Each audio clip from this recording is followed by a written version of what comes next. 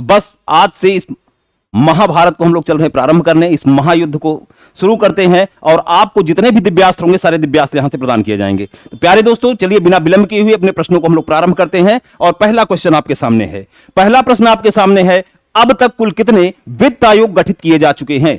15, 12, 11, 10। पहले का सही उत्तर क्या होगा? इसका सही उत्तर बताएं प्यारे दोस्तों, सही आंसर बताएं। चलिए सही उत्तर क्या होगा प्यारे बच्चों, बताएं फटाफट। अभी किसी का उत्तर आ नहीं रहा है भाई।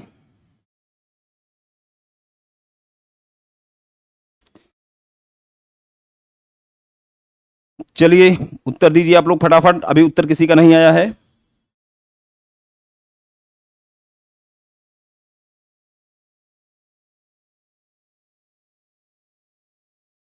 बहुत बढ़िया, प्रश्न आने लगा है। प्रश्न का उत्तर आरती अग्रहरी और भी कई सारे लोग बहुत शानदार प्रश्न का उत्तर दे रहे हैं भाई, वेरी गुड।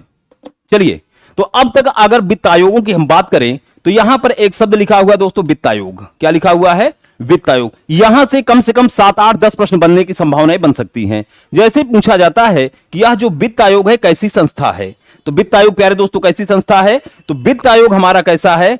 एक संवैधानिक, वित्त आयोग जो है कैसी संस्था है? संवैधानिक व अर्धन्यायिक संस्था है।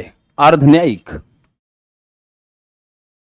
यानी जिसका संविधान में उल्लेख किया गया, जो ताजरात हिंद हमारा है उसमें इसका मेंशन है ये। और दूसरी बात यह है कि न्यायालय के समान शक्तियां हैं परंतु न्यायालय नहीं है।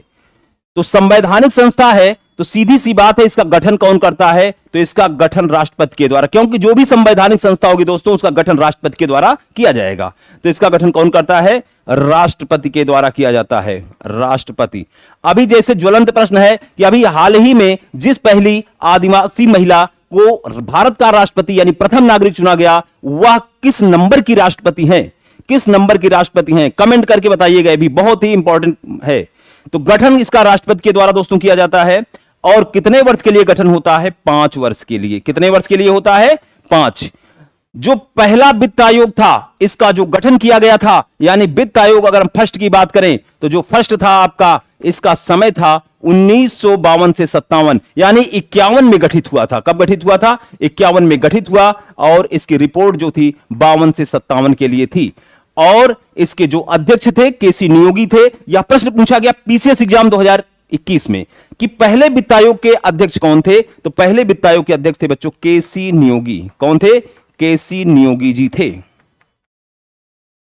अगर हम बात करें वर्तमान की तो वर्तमान में 15 वित्त आयोग गठित किए जा चुके हैं। कितने वित्त आयोग? 15 वित्त आयोग। और ये जो 15वां वित्त आयोग है इसकी जो सिफारिश है वह 2021 से 26 के लिए है। कब से कब के लिए है? 2021 से 26 के लिए है। और यह जो 15वां वित्त आयोग है दोस्तों, इसके अध्यक्ष कौन है? तो इसके जो अध्यक्ष हैं वह है आपके नंद किशोर सिंह। नंद किशोर सिंह यानी एनके सिंह, नंद किशोर सिंह है। और इसका सचिव कौन है? प्रश्न पूछा जाए कि 15वें वित्त आयोग के सचिव कौन है? तो सचिव इसके हैं अरविंद मेहता। अरविंद मेहता क्या है? अरविंद मेहता इसके सचिव हैं।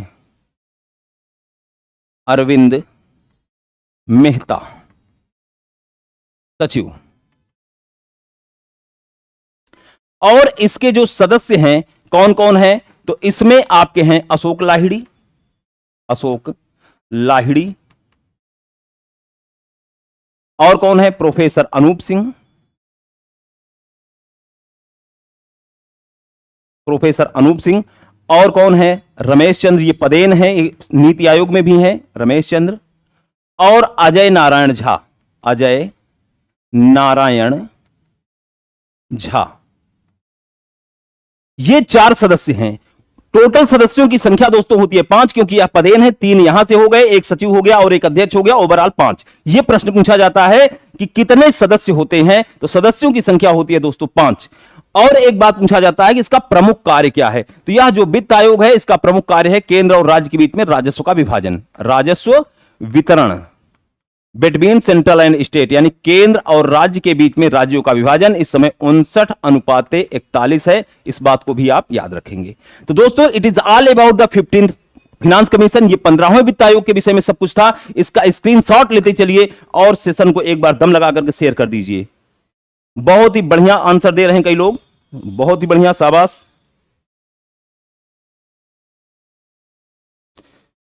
चलिए तो आगे चलते हैं, अगले क्वेश्चन को हम लोग देखते हैं। अगला प्रश्न आपके सामने, देश में जीएसटी का प्रावधान किस संविधान संशोधन अधिनियम के तहत किया जा रहा है? 101वां, 115वां, 122वां, 123वां। दूसरे का सही आंसर क्या होगा भाई? दूसरे का सही उत्तर बताएं, दूसरे का सही उत्तर बताएं। देखते हैं कौन सही उत्तर दे पा रहा है। दूसरे का सही उत्तर बताएं।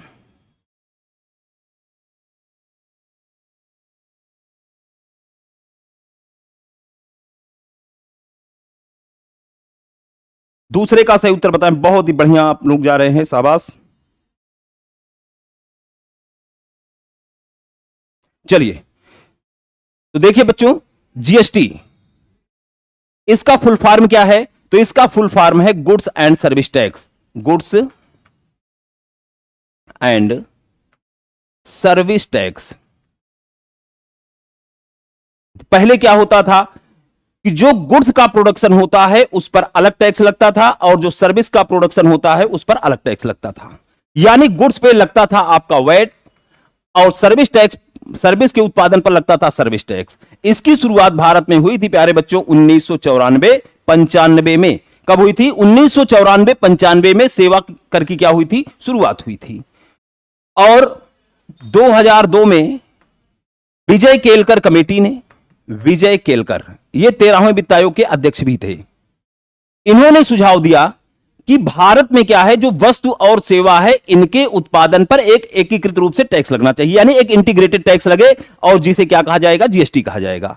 यानी वस्तुओं और सेवाओं के उत्पादन पर एकीकृत रूप से लगने वाला कर क्या है? जीएसटी है। तो जो जीएसटी बिल था बच्चों, यानी जो विधेयक था, वह 122वें संविधान संशोधन बिल के रूप में पेश किया गया।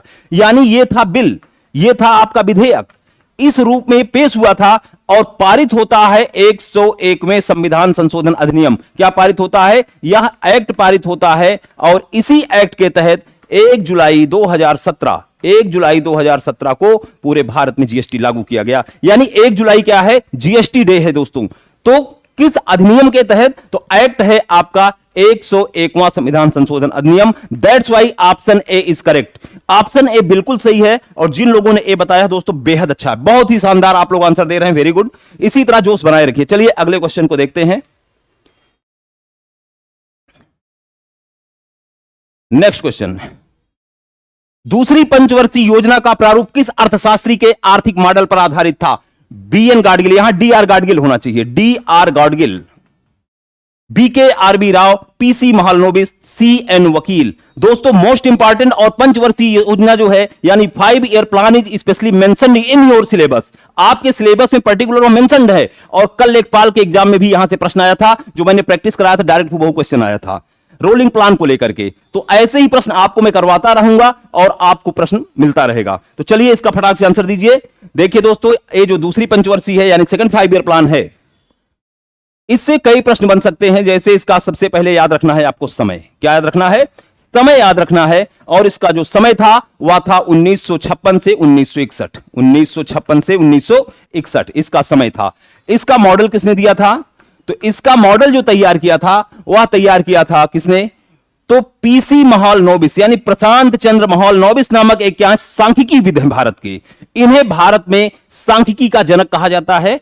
और जो पीसी महालनोबिस हैं, इनका सांख्यिकी के क्षेत्र में दोस्तों अतुलनीय योगदान था। इनका जन्मदिवस है 29 जून, 29 जून, और इनके जन्मदिवस को राष्ट्रीय सांख्यिकी दिवस, नेशनल स्टैटिस्टिकल डे, राष्ट्रीय सांख्यिकी दिवस, सांख्यिकी दिवस के रूप में मनाया जाता है। तो राष्ट्रीय सांख्यिकी दिवस कब मनाया जाता है? 29 जून को। किसके यादगार में? पीसी महालनोबिस के जन्मदिवस को। ठीक है। अब सबसे इंपॉर्टेंट मुद्दा क्या है? नाइदर ये नार ये, ना तो ये ना तो वो। पूछा क्या जाएगा? पूछा यह जाएगा कि जो 29 जून को राष्ट्रीय सांख्यिकी दिवस 2022 मनाया गया उसकी थीम क्या थी? तो कमेंट करके बताइए, what is the theme of national statistics day of 2022। 2022 का जो राष्ट्रीय सांख्यिकी दिवस था दोस्तों, क्या थीम थी? कमेंट करके बताएं प्लीज। इसकी जो थीम थी वह थी data for sustainable development. Data for sustainable development, sustainable development, data for sustainable development, यानी सतत विकास के लिए आंकड़े। सतत विकास क्या है? तो सतत विकास जो पहली बार आया किस पंचवर्षीय में? तो 12वीं पंचवर्षीय योजना में दोस्तों सतत विकास की बात कही गई थी, और उसमें यह बताया गया कि जो हमारे संसाधन है, रिसोर्सेज हैं, इट में आइदर फिजिकल रिसोर्स और नेचुरल रिसोर्स और ह्यूमन रिसोर्स, इनका हम इस प्रकार से युक्ति युक्त पूर्वक प्रयोग करें कि वर्तमान की आवश्यकता पूरी हो जाए, पर्यावरण का नुकसान भी ना हो, आने वाली पीढ़ी के लिए इसे संरक्षित रखा जा सके। 2015 में सस्टेनेबल डेवलपमेंट के 17 गोल निर्धारित किए गए और 2030 तक उसे हमें पूरा करना है। तो क्या उम्मीद है कि पूरा हो जाएगा? इम्पॉसिबल। हमें तो नजर नहीं आ रहा है, इसलिए दोस्तों नहीं आ रहा है क्योंकि उसका एक लक्ष्य है जीरो हंगर, यानी शून्य भूखमरी। और जो ग्लोबल हंगर इंडेक्स 2021 आया था उसमें भारत की पोजीशन बहुत दयनीय थी।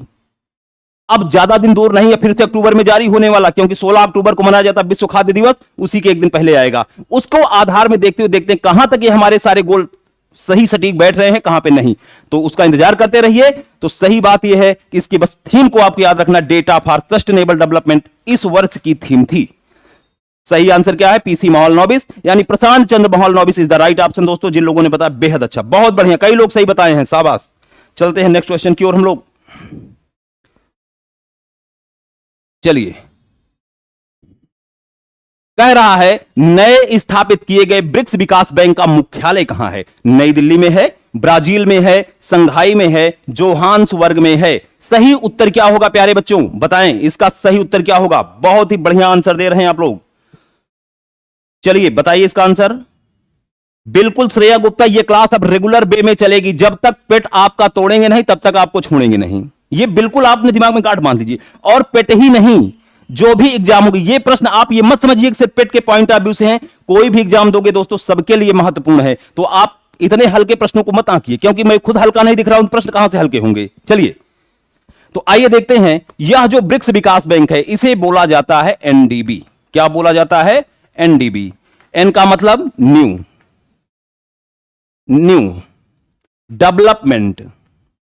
Development bank. इस वर्ष के लिए और भी अध्यक्ष हैं प्यारे दोस्तों, मार्कोस ट्राइजो। कौन है? मार्कोस ट्राइजो। मार्कोस ट्राइजो इसके क्या है? वर्तमान अध्यक्ष हैं। अभी हाल ही में 2022 की बात है, यानी 5 तो इसमें है ही हैं। कौन कौन? ब्राजील, रसिया, इंडिया, चाइना और साउथ अफ्रीका। ये 5 सदस्य देश हैं। इनके अतिरिक्त सहयोगी सदस्य के रूप में यानी एक चौथा देश शामिल हुआ है जिसका नाम है मिस्र। यानी किसको? मिस्र को चौथे सदस्य के रूप में यानी 4th मेंबर के रूप में इसमें शामिल किया गया है। यह प्रश्न पूछ सकता है कि अभी हाल ही में एनडीबी में किस देश को चौथे सदस्य के रूप में शामिल किया गया? मिस्र को। जबकि वर्ष 2021 में यानी मिस्र के पहले 3 कौन कौन से थे? तो 3 थे आपके यूएई यानी संयुक्त अरब अमीरात, दूसरा था आपका उरुग्वे और तीसरा था बच्चों बांग्लादेश। कौन सा था? बांग्लादेश था। यानी ये 3 महत्वपूर्ण है, तो 3 ये, चौथा ये, यानी 4 इसमें क्या है? एडिशनल कंट्रीज भी हैं। और एक बार तेजी के साथ शेयर करके संख्या को आप 700 पहुंचाइए जल्दी से, क्योंकि मैं अगर चिल्ला रहा हूं तो आप भी क्या करिए, थोड़ा सा रहम करिए। चलिए अगले प्रश्न को देखते हैं प्यारे बच्चों। सही उत्तर इसका संघाई है, जी कई लोगों ने बताया है, तो ये सब बातें भी आपको याद रखना है। नेक्स्ट क्वेश्चन को देखते हैं।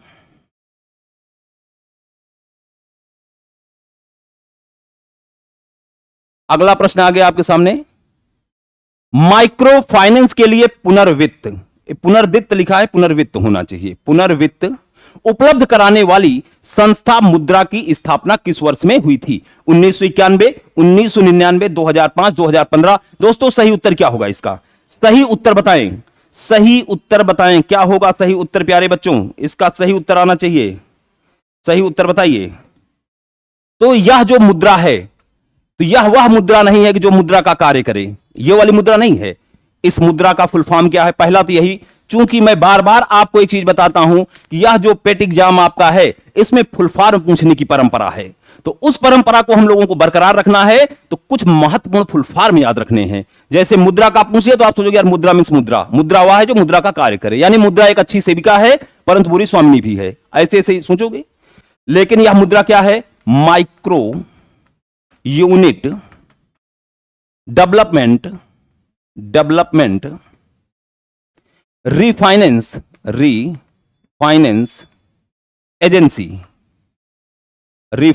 Agency, micro unit development refinance agency, यानी जो सूक्ष्म औद्योगिक है, उद्योग हैं, उनके विकास के लिए ये पुनर्वित्त उपलब्ध कराती है। क्या उपलब्ध कराती है दोस्तों? पुनर्वित्त उपलब्ध कराती है। और इसकी स्थापना हुई थी अप्रैल 2015 में। कब हुई थी? अप्रैल 2015 में हुई थी। और इसमें 3 प्रकार के ऋण मिलते हैं। एक है आपका शिशु, दूसरा है किशोर और तीसरा है तरुण। इस बात को आपको याद रखना है, यानी ऑप्शन डी बिल्कुल सही है। और जिन लोगों ने ऑप्शन डी का चयन किया प्यारे बच्चों, बेहद अच्छा, बहुत ही शानदार। चलिए नेक्स्ट क्वेश्चन को हम लोग देखते हैं। अगला प्रश्न आपके सामने आने चल रहा है। निम्नलिखित में से कौन सा युग्म गलत है? एक्सिम बैंक आयात निर्यात हेतु वित्त, आरबीआई बैंकों की बैंक, आईडीबीआई वाणिज्यिक बैंक, एफसीआई कॉमर्शियल बैंक। दोस्तों सही उत्तर क्या होगा? इसका सही उत्तर बताएं। बेहद इंपॉर्टेंट है, यह वन लाइनर भी पूछा जाता है और ऐसे भी पूछा जाता है। बताइए फटाफट आंसर देते रहिए भाई। बहुत ही शानदार, बहुत ही बढ़िया आप लोग बता रहे हैं, जल्दी से बताइए। चलिए बच्चों, अगर हम देखें एक्जिम बैंक, पहला प्रश्न यहीं से बनता है। प्रश्न पूछता है कि एक्जिम बैंक की स्थापना कब हुई थी? तो इसकी स्थापना हुई थी बच्चों 1982 में, यानी 6th 5 ईयर प्लान के दौरान। पहला प्रश्न कई बार पूछा गया है, इसकी स्थापना। एक्जिम बैंक आयात निर्यात है तो यानी इंपोर्ट एक्सपोर्ट बैंक, बिल्कुल सही है, इसमें कोई संदेह ही नहीं है।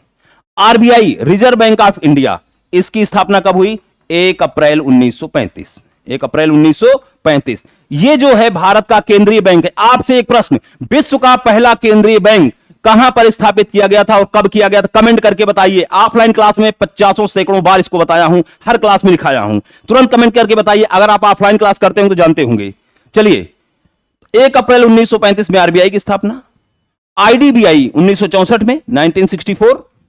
Industrial development bank of India, यानी ये वाणिज्यिक बैंक बिल्कुल था।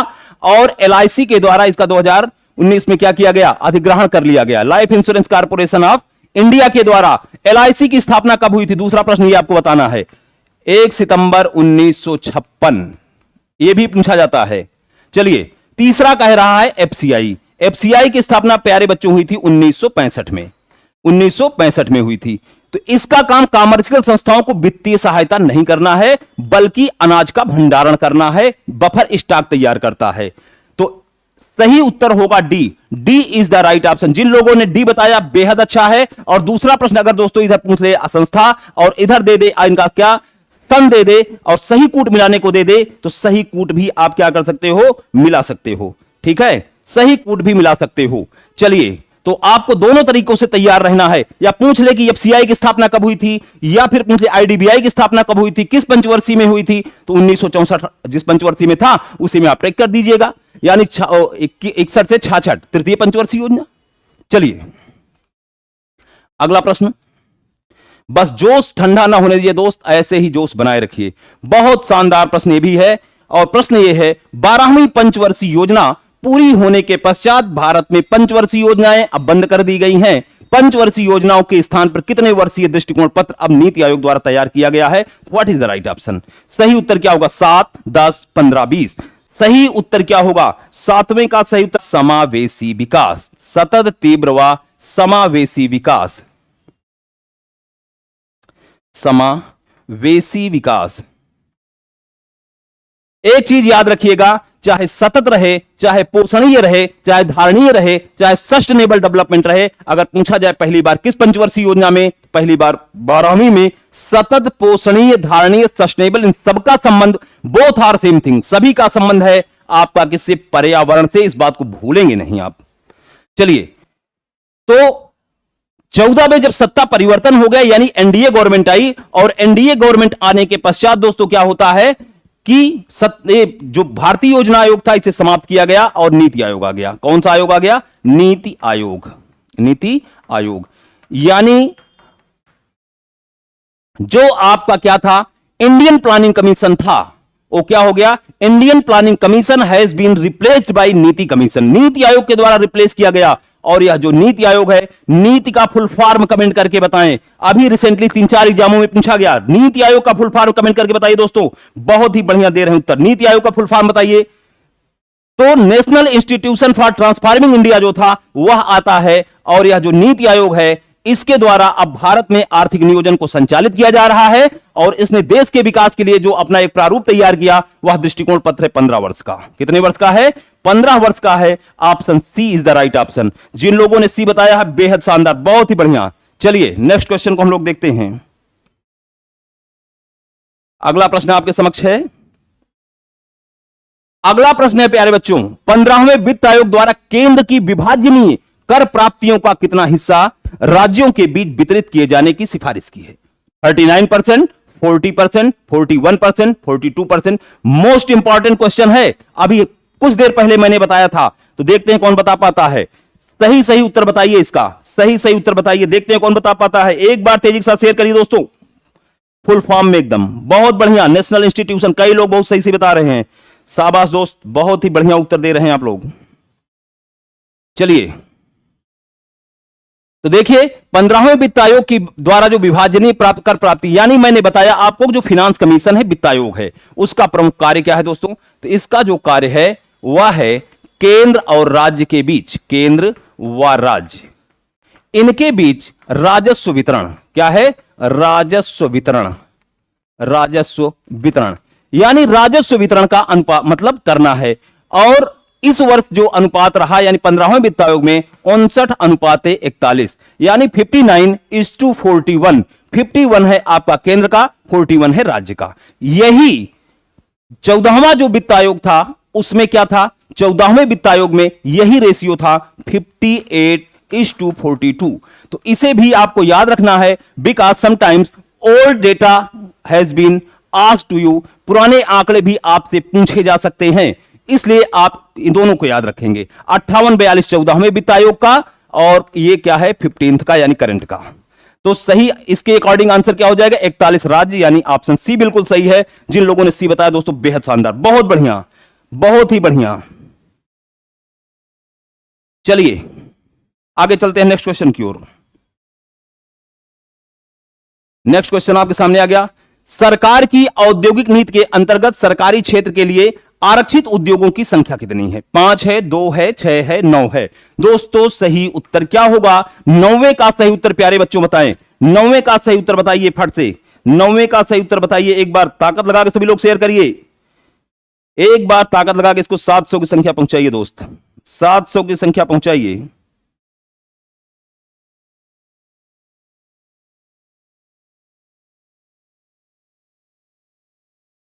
फटाक से इसको शेयर करिए, बहुत बढ़िया।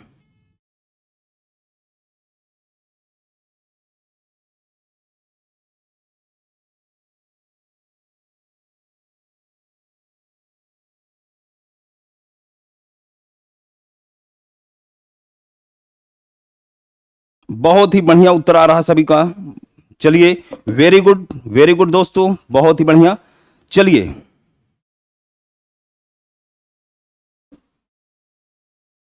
चलते हैं बच्चों, सरकार की औद्योगिक नीति के अंतर्गत, यानी जो नई औद्योगिक नीति आई, बहुत ही इंपॉर्टेंट टॉपिक है, और इसको एकदम सेंसिटिवली सुनना, एकदम अटेंटिवली सुनना है आपको, क्योंकि यहां से 2 प्रश्न था पिछली बार पेट एग्जाम में आपके। तो देखिए यहां पर क्या था, जो आपकी क्या थी, 24 जुलाई 1991 में नई आर्थिक नीति आती है। क्या आती है दोस्तों? नई आर्थिक नीति, यानी न्यू इंडस्ट्रियल पॉलिसी या न्यू इकोनॉमिक पॉलिसी, नई आर्थिक नीति। और यह भारत का सबसे बड़ा आर्थिक सुधार था। और इस दौरान भारत के जो प्रधानमंत्री थे वह थे आपके नरसिम्हा राव। यह प्रश्न पूछा गया पेट में पिछली बार, पीएम कौन था दोस्तों? तो नरसिम्हा राव जी थे, नरसिम्हा राव। और जो उस समय वित्त मंत्री थे यानी फिनांस मिनिस्टर थे वह थे आपके डॉक्टर मनमोहन सिंह, डॉक्टर मनमोहन सिंह। यही कारण है कि इस नीति को राव मनमोहन नीति के नाम से जाना जाता है। नई आर्थिक नीति किस नाम से? राव मनमोहन नीति, राव मनमोहन नीति। इसे एलपीजी की नीति के नाम से भी जाना जाता है, एलपीजी की पॉलिसी। इसका एलपीजी का फुल फॉर्म कमेंट करके बताइए, एलपीजी का फुल फॉर्म दोस्तों कमेंट करके बताएं सही आंसर क्या होगा। देखते एलपीजी का फुल फॉर्म बताइए, बहुत ही बढ़िया उत्तर दे रहे हैं आप लोग। देखिए एलपीजी यानी लिबरलाइजेशन, प्राइवेटाइजेशन और ग्लोबलाइजेशन। तो जो प्राइवेटाइजेशन की बात थी यहां पे कह रहा है कि जो सरकारी आरक्षित, यानी प्राइवेटाइजेशन का मतलब था निजीकरण। तो जो 1991-92 का बजट था पहली बार वहीं पर विनिवेश शब्द का प्रयोग किया गया और 1996 में जीवी रामकृष्ण की अध्यक्षता में विनिवेश आयोग का गठन किया गया।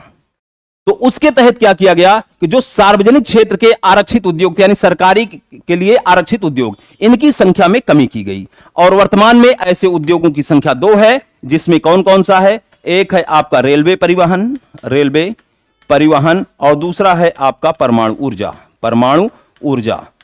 तो याद रखिएगा इन दोनों बातों को, यानी बी फॉर बॉय। बहुत अच्छा, जिन लोगों ने बी बताया दोस्तों बहुत ही बढ़िया, शाबाश, बहुत अच्छा आंसर दे रहे हैं मित्र, बहुत अच्छा। चलिए आगे चलते हैं अगले क्वेश्चन की ओर। अगला क्वेश्चन हम लोग देखते हैं, उदारीकरण तथा अनियंत्रणों। देखिए यहां से प्रश्न मैंने लिया है कि नीति को अपनाते हुए सरकार ने अधिकांश उद्योगों के लिए लाइसेंस की अनिवार्यता को खत समाप्त कर दिया। बिल्कुल सही, यानी एल का मतलब था लिबरलाइजेशन। लिबरलाइजेशन में यही कहा गया कि जो आपके क्या है उद्योग हैं, जो उनकी लाइसेंस प्रक्रिया बहुत जटिल है, उनको आसान बनाया जाए और आसान बनाने के साथ साथ उद्योगों को, बहुत सारे उद्योगों को लाइसेंस से मुक्त कर दिया जाए। तो वर्तमान में इनकी संख्या कितनी है यह कह रहा है। तो कौन कौन सही हो सकता है इसमें?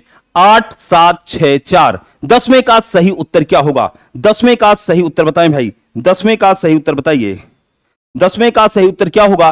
तो देखिए इसके तहत जो उद्योगों की संख्या में कमी की गई, यानी सॉरी लाइसेंस की को आसान बनाया गया और बहुत सारे उद्योगों को लाइसेंस से मुक्त किया गया। तो वर्तमान में 4 ऐसे उद्योग हैं जिन पर लाइसेंस अनिवार्य है, यानी ऑप्शन डी। तो है कौन कौन से? पहला है इसमें मादक पेय पदार्थ, दूसरा है आपका तंबाकू एवं सिगरेट,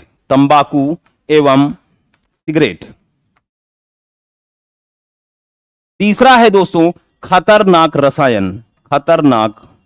रसायन, चौथा है औद्योगिक विस्फोटक और पांचवा है आपका इलेक्ट्रॉनिक एरोस्पेस।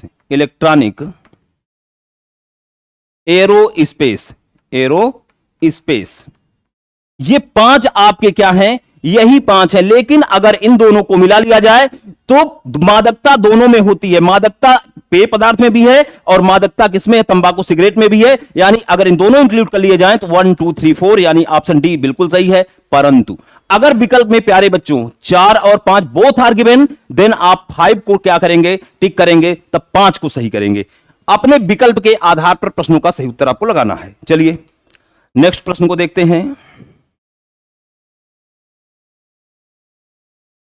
अगला प्रश्न, स्थिर मूल्यों पर राष्ट्रीय आय के आकलन के लिए आधार वर्ष में परिवर्तन किया गया। निम्नलिखित में से किस वर्ष को अब आधार वर्ष बनाया गया है? 2010, 2010-11, 2011-12, 2012-13, 2013-14। दोस्तों सही उत्तर क्या होगा? सही उत्तर बताएं दोस्तों। देखिए यहां पर कह रहा है कांस्टेंट प्राइस यानी स्थिर मूल्य पर। तो स्थिर मूल्य का मतलब क्या होता है कि जब किसी वस्तु को या किसी उत्पाद के मूल्य की गणना दिए हुए आधार वर्ष पर की जाती है, वही उसका कांस्टेंट प्राइस होती है। तो 2015 में इसमें परिवर्तन हुआ। 15 में क्या था? चेंज हुआ। और इसके पहले क्या था? 2004-05 था आधार वर्ष। क्या था? 2004-05। 15 में इसको 2011-12 कर दिया और यह कहा गया कि 5 वर्ष बाद आधार वर्ष चेंज होगा।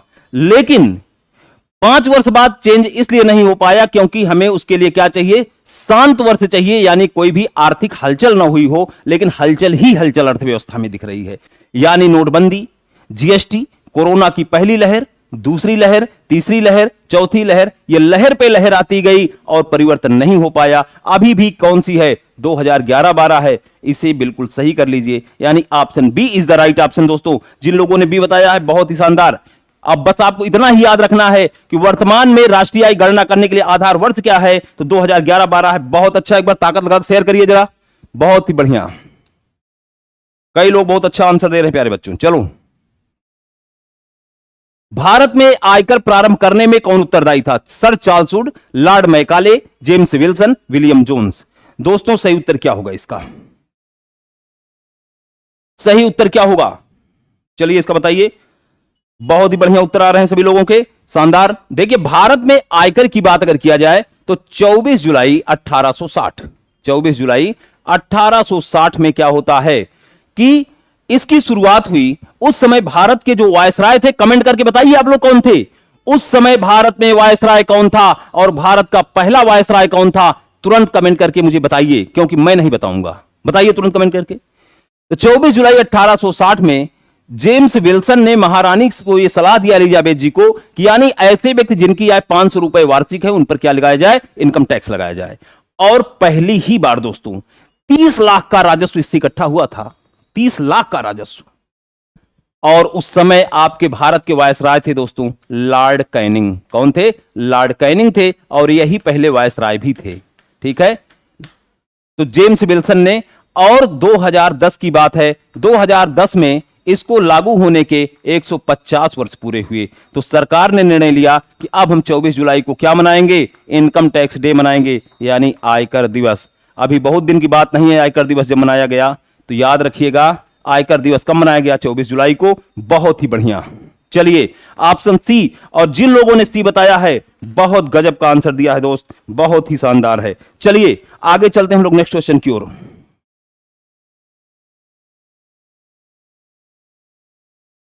अगला प्रश्न कह रहा है अनवरत योजना किस अवधि के लिए बनाई गई थी? 1971 से 1978, 1980 से 1985, 1978 से 1983, 1992 से 1999। यही प्रश्न कल आया था आपके लेखपाल के एग्जाम में। अनवरत योजना दोस्तों कल लेखपाल के एग्जाम में पूछा गया था, तो बताइए सही आंसर क्या होगा इसका?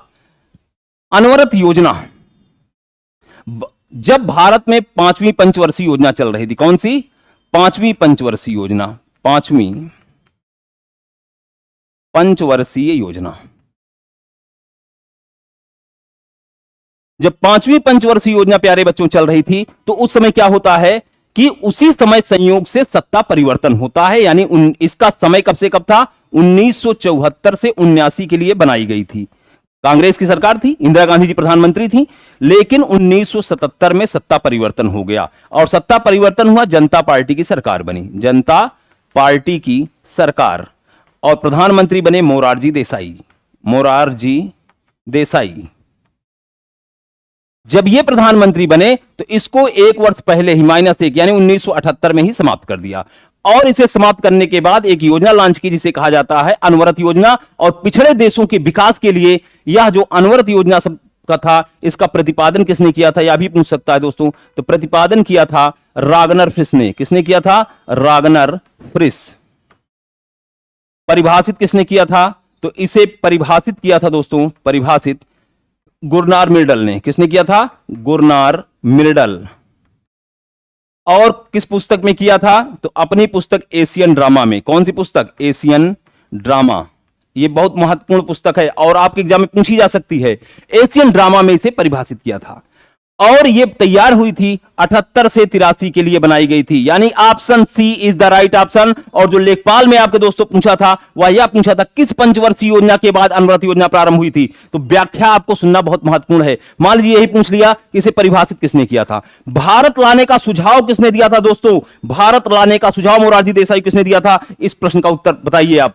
तो यह जो अनवरत योजना थी इसका सुझाव मोरारजी देसाई किसने दिया? तो डॉक्टर डीटी लकड़वाला ने। यह भी पूछा जा सकता है बेटा। तो आप कहोगे इस तरह तो प्रश्न हुबहू, तो हुबहू वाली बात नहीं होती है, सिर्फ अनुमान लगाया जाता है दोस्तों। कोई हुबहू नहीं फंसा सकता प्रश्न, सिर्फ एक अनुमान लगाया जाता है, और भारत सरकार सिर्फ अनुमान लगाती है कि इतनी ग्रोथ रेट रहने का अनुमान है, वो ये नहीं कहता कितनी रेट रहेगी। ठीक है, तो याद रखेंगे इन सब बातों को। ऑप्शन सी जिन लोगों ने बताया है बेहद अच्छा है, बहुत ही शानदार, कई लोग बहुत बढ़िया बता रहे हैं। चलिए अगले क्वेश्चन को देखते हैं बच्चों। नेक्स्ट क्वेश्चन, भारत में सीमांत किसानों में निम्नलिखित में से कितनी भूमि धारिता वाले किसानों को सम्मिलित किया जाता है? 1 हेक्टेयर तक, 2 हेक्टेयर तक, 3 हेक्टेयर तक, 4 हेक्टेयर तक। चलिए 14वें का सही उत्तर बता दीजिए। 14वें का सही उत्तर बताइए, बहुत ही बढ़िया। चलिए 14वें का बताइए सही उत्तर दोस्त, क्या होगा? 14वें का सही उत्तर क्या होगा? 14वें का सही उत्तर देखिए, भारत में अगर सीमांत यानी जो आपके जोत हैं, जोत मींस खेत, जोत मीन्स क्या होता है? जोत मीन्स आपका लैंड, यही खेत। तो ये 4 प्रकार के होते हैं। कितने प्रकार के? 4। पहला है सीमांत, दूसरा है लघु, तीसरा है लघु मध्यम, और चौथा है बृहत। चौथा कौन सा है? बृहत है। सीमांत यानी 1 हेक्टेयर से कम, 1 हेक्टेयर या उससे कम। लघु का मतलब 1 से 2 हेक्टेयर, लघु मध्यम का मतलब 2 से 4 हेक्टेयर, बृहत का मतलब सीमांत, लघु, लघु मध्यम और बृहत। तो 2 से 4 और बृहत का मतलब क्या होता है? इसका मतलब क्या? 4 हेक्टेयर से ज्यादा होना चाहिए। ठीक है, तो 1 हेक्टेयर तक के जो जोत है वह क्या है आपका? वही प्यारे बच्चों आपका क्या है? सीमांत है। यानी ऑप्शन ए क्या है? बिल्कुल सही है, बिल्कुल सही है। और सीमांत जोत यानी 1 हेक्टेयर में कितना बीघा होता है? तो 1 हेक्टेयर बराबर 2.43 एकड़ या 3.95 बीघा। इसे भी याद रखिएगा, इसे भी याद रखिएगा। ठीक है, एक सेकंड, एक चीज थोड़ा सा यहां पे इंप्रूव करिएगा। देखिए, सीमांत 1 हेक्टेयर, लघु 1 से 2 हेक्टेयर, लघु मध्यम 2 से 4, लघु मध्यम के बाद मध्यम, लघु मध्यम के बाद मध्यम, मध्यम मतलब 4 से 10 हेक्टेयर, और उसके बाद दोस्तों बृहत, बृहत मतलब 10 हेक्टेयर, बृहत मतलब 10 hectare. To err is human, क्या है? त्रुटि हो गई थी, इसलिए मैंने यहां पर सुधार दिया। यानी 5 भागों में डिवाइड किया गया है दोस्तों। कितने भागों में बांटा गया है? तो जोत को 5 भागों में बांटा गया है। कौन कौन? सीमांत, लघु, लघु मध्यम, मध्यम, बृहत। 1 हेक्टेयर सीमांत, 1 से 2 लघु, 2 से 4 मध्यम, लघु मध्यम, 4 से 10 मध्यम और 10 से ज्यादा बृहत। तो सही उत्तर 1 है, यानी ऑप्शन ए 1 हेक्टेयर 2.3 एकड़ और 3.95 बीघा यानी 3.95 बीघा। तो फटाक से क्या करिए, एक बार दम लगा के शेयर कर दिए दोस्त। देखिए हम आपके लिए कितना दम लगा रहे हैं। चलिए आगे चला जाए अगले प्रश्न की ओर। नीली क्रांति का संबंध निम्नलिखित में से किससे है? नील की खेती, मुर्गी पालन, मत्स्य पालन, पीने योग्य जल की उपलब्धि। सही उत्तर बता दीजिए अब इसी बात पे। 15वें का सही उत्तर क्या होगा? 15वें का सही उत्तर बताएं। 15वें का सही उत्तर क्या होगा दोस्त? बताइए फट से। 15वें का सही उत्तर, बहुत ही बढ़िया। चलिए बच्चों, अगर नीली क्रांति की बात किया जाए, नील की खेती बिल्कुल गलत है। मुर्गी पालन, इसे बोलते हैं पोल्ट्री, यह है ही नहीं है। मत्स्य पालन बिल्कुल सही है। यानी नीली क्रांति किस लिए चलाई गई थी? मछली उत्पादन को बढ़ाने के लिए।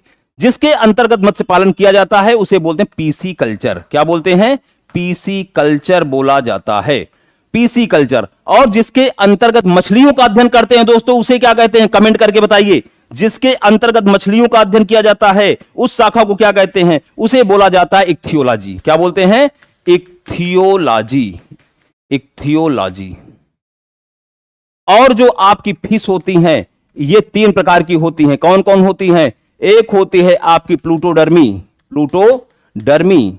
दूसरी होती है आपकी बोनी फिश यानी अस्थिल मछली, और एक होती है कार्टिलेजियस यानी उपास्थल, उपास्थल।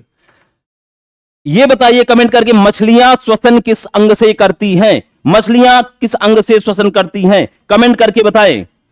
तो आपका उत्तर होगा कि मछलियां जो है गिल्स से श्वसन करती हैं। लेकिन संसार में 3 दोस्तों ऐसी मछलियां हैं जो फेफड़ों से श्वसन करती हैं, जिन्हें डिप्नोई कहा जाता है। क्या कहा जाता है? डिप्नोई। अगर आपसे प्रश्न पूछे कि ऐसी मछलियां जो क्या करती हैं, फेफड़ों से श्वसन करती हैं, उन्हें क्या कहा जाता है? डिप्नोई। तो 3 है। कौन है? एक है आपका प्रोटोप्टेरस, प्रोटोप्टेरस।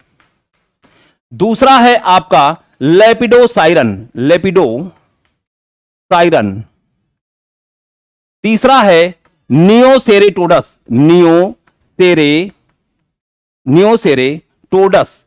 यानी प्रोटोप्टेरस, लेपिडोसाइरन और नियोसेरेटोडस, ये 3 ऐसी मछलियां हैं जो क्या करती हैं? जो फेफड़े के द्वारा अपना श्वसन करती हैं। इस बात को याद रखिएगा। चलिए ऑप्शन सी बिल्कुल सही है। चलते हैं अगले बात पे।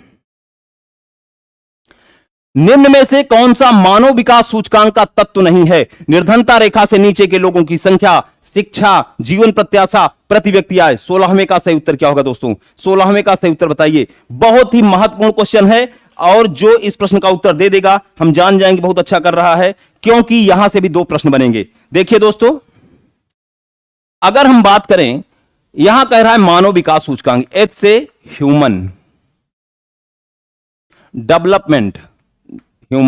डेवलपमेंट इंडेक्स, शॉर्ट फॉर्म में इसको बोलते हैं एचडीआई। शॉर्ट फॉर्म में क्या बोलते हैं? एचडीआई बोलते हैं। वर्तमान में यही मानव विकास का क्या है? सूचक है, मानव विकास को मापता है, मानव विकास। और 2019 के बाद से नया कोई एचडीआई जारी नहीं हुआ है, ये भी मैं आपको बता दे रहा हूं। इसके पहले दोस्तों पीक्यूएलआई जारी होता था, और यही जूनियर सुपरटेट एग्जाम में पूछा था कि पीक्यूएलआई क्या है। तो इसके पहले क्या जारी होता था? PQLI, physical quality life index. यहां से 3 प्रश्न बनता है। इसका प्रतिपादन किसने किया था? तो इसका प्रतिपादन किया था मॉरिस डी मॉरिस ने किया था। और इस कितने मानक थे इसमें? तो इसमें 3 मानक थे। कौन कौन थे? एक थी आपकी स्वास्थ्य का मतलब जीवन प्रत्याशा। दूसरा था शिशु मृत्यु दर, और तीसरा था आपका लिटरेसी रेट यानी साक्षरता दर। ये 3 थे। अब प्रश्न पूछा जाता है पीक्यूएलआई में किसे शामिल नहीं किया गया था? तो आय थी।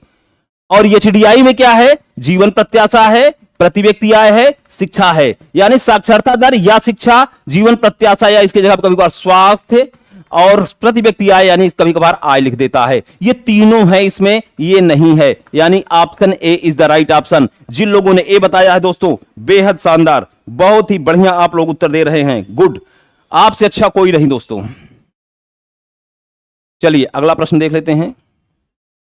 बेसल मानकों का संबंध किस क्षेत्र से है? बीमा, बैंकिंग, दूरसंचार, नागरिक उड्डयन। दोस्तों 17वें का सही उत्तर क्या होगा? 17वें का सही उत्तर बताएं। बहुत गजब का उत्तर आप लोग दे रहे हैं, वेरी गुड।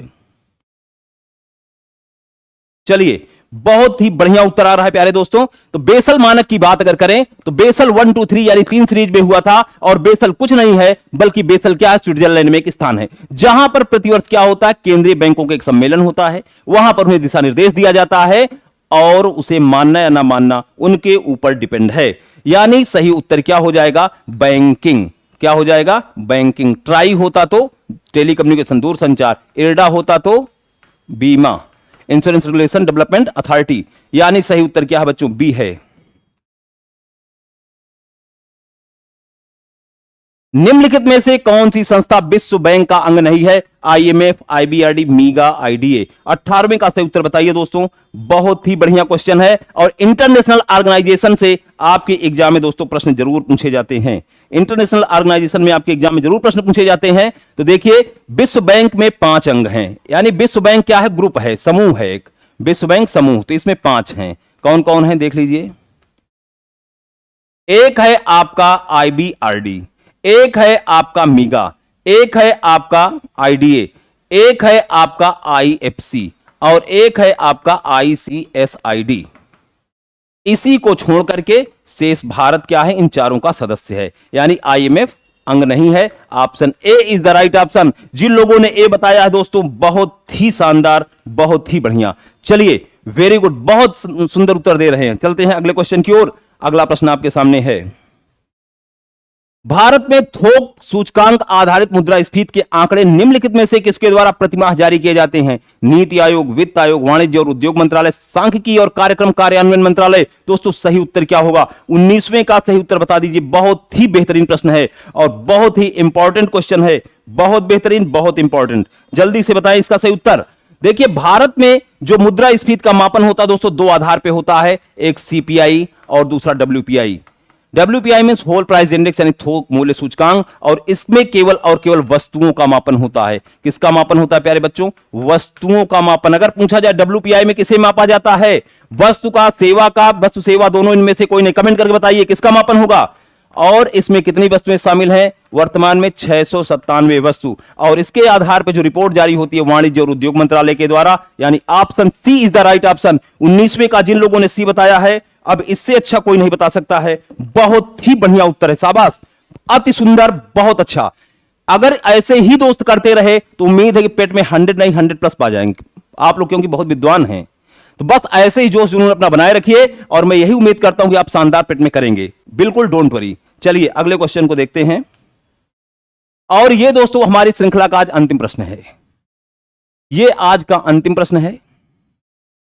नए स्थापित किए गए एशियाई इंफ्रास्ट्रक्चर इन्वेस्टमेंट बैंक का मुख्यालय कहां है? दोस्तों 700 की संख्या पहुंचाइए। और अंतिम प्रश्न है, आप प्रसन्न कर दीजिए। बहुत ही बढ़िया, बहुत शानदार उत्तर आप लोग दे रहे हैं। चलिए, तो जो नए स्थापित किया गया जो बैंक है एशिया इंफ्रास्ट्रक्चर इन्वेस्टमेंट बैंक, इसका मुख्यालय प्यारे बच्चों कहां पे है? तो इसका मुख्यालय है बीजिंग में। कहां पे है? बीजिंग में इसका मुख्यालय है।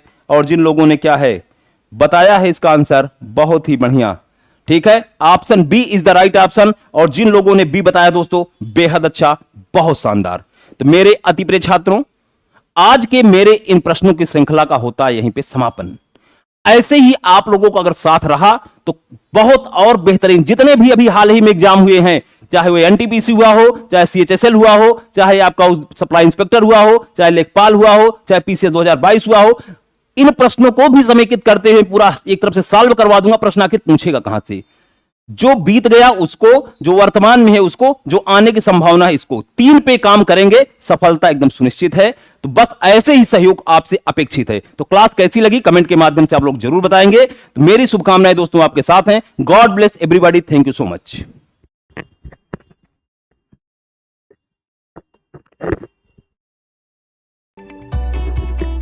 अगस्त का महीना और क्रांति ना हो, ऐसा हो नहीं सकता।